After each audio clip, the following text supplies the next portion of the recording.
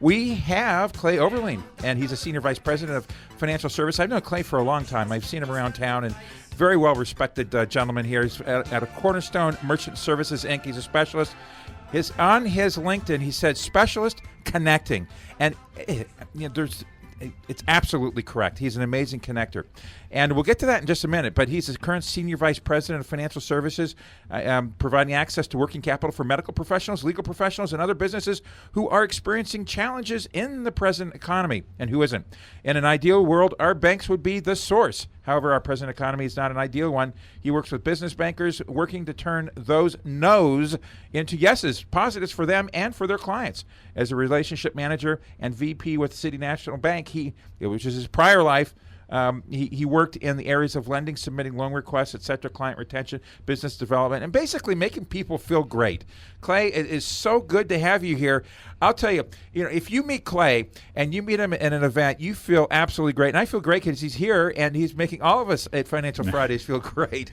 He's got so many perspectives, and it's just kind of, but before we get to the new firm, I just want to move in a direction because you are a master networker. Thank you, Leonard. I appreciate it. And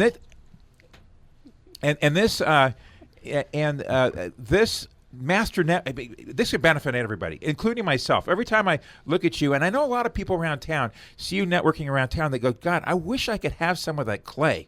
He is amazing in terms of how he works the room. So what I thought I'd do is I'd ask just a quick couple questions here as a networker. What is it that you do? How did you get started in becoming an expert networker? And what are some of the tips that maybe you could share with us? Because you're in different places. How do you pick the different venues that you go to? How do you pick the people that you walk up to? And maybe just a couple other questions before we get into the merchant services. Well, when I become and I appreciate those kind words, when I become an expert, that's when I'll probably retire, but I thank you for those words. I believe in giving other people what they want first, and if you give others, givers gain. So as far as networking events, I find myself all over the city. It's really not important to me what the event is. It's just I am there, and I like to work the room. I like to meet people. I think the best thing I can tell somebody when you go to a networking meeting is don't stay in the corner and talk with friends. Get out, work the room. If you're in a long line before the event, like we used to do at the Sterling Club, yep, I'd stand the end of the line, work my way to the front, and say, excuse me, I'll be right back. I forgot something. I walk back to the end of the line and work the line again. And also, when I say giving people what they want, I always challenge my banker contacts, and I say, send me 3 names of business owners you want to meet, 3 businesses you'd like to bank, and 3 types of businesses that are important to you. And I'll work at putting you in front of at least 1 or 2 of those. And I think that's where it all comes from. It's all important that way. It's interesting because I'd forgotten that's exactly what you do, and it's extraordinarily powerful, and that's how you really endear yourself to the people that you work with. And don't be afraid to talk to people. People say, what do you talk about? Well, I talk about their family, their occupation, what they do for fun, and the message might be, we need to talk again. Yeah, and you said you owed me money. I think I do, that, Jason. Yeah. Chuck Leo and I enjoy talking about that. Very good. Thank you, sir. I figured you would. So how long have you been doing these techniques? You've been at this for a while, I would imagine. Quite a long time. I started with Valley Bank in 1990, and as Leonard just said, I left City National Bank this past February to start with Cornerstone Merchant Services, which might be a good segue into that. Is that okay? It's a good segue, and I do have segue in here, but okay. I do just want to mention that there's a guy out there that does what you do, but what he did was he wrote it down and he speaks publicly about it, because this is, a lot of people, you said givers gain, and there was not, if you notice in this interview, there was not one thing that said I or Clay or me. It was all about what's important to other people. How can I help you? How can I be of service? How can I turn my network onto you? And that's what's so powerful. And I want to highlight that because the reality is, and we're gonna segue into Cornerstone in just a brief second, but whatever your walk of, here I am pounding. I'm so excited about having Clay here. I'm pounding the microphone. So whatever your walk of life is, really, it doesn't make any difference. Whatever your position is, if you're a secretary or if you're a clerk, you can do that with the people that call you, and you can make yourself more valuable to the business and your superior or the executives that you serve. Wherever you're at, whatever walk of your life you're in, take Clay's advice. It's sage wisdom. So let's go over to Cash Merchant Services here then. And, I spent a little bit of time. I'm going to let you take the mic away because I've been talking so much. Tell us a little bit about what you do now in your company. Cornerstone Merchant Services is the largest independently owned merchant service provider in the state of Nevada. We are located in the Acuity Financial Center at the corner of Charleston and Buffalo. And we're 100% merchant services, treasury management. We deal with plastic, like you were saying, credit cards. Thanks for that wonderful play on it. I appreciate it. And what people need to understand is that the merchant service company can be your best friend or they can be your worst enemy.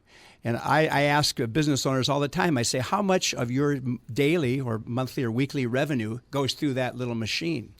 And then I ask them, who's doing it for them? Do they know the name of the person that's pushing those buttons on a daily basis? And the scary part is they don't.